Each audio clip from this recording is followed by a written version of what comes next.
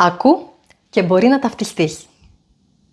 Αυτό είναι το πρώτο βίντεο που κάνω ως Αναστασία Παρχαρίδου.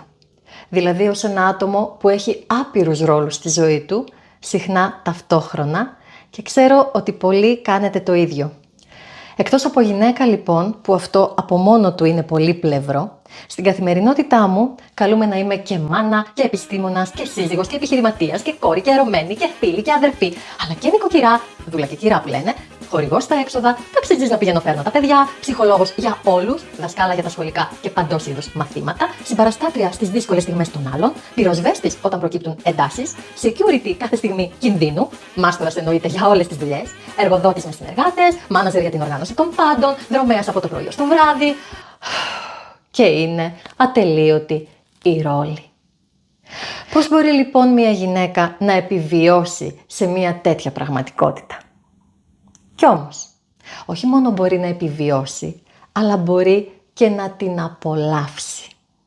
Αν το έκανα εγώ, τότε μπορείς άνετα να το καταφέρεις και εσύ. Και αν θέλεις, το πρώτο βήμα είναι να κάνεις ένα μικρό κλικ και να με ακολουθήσεις για να σου δείξω πώς.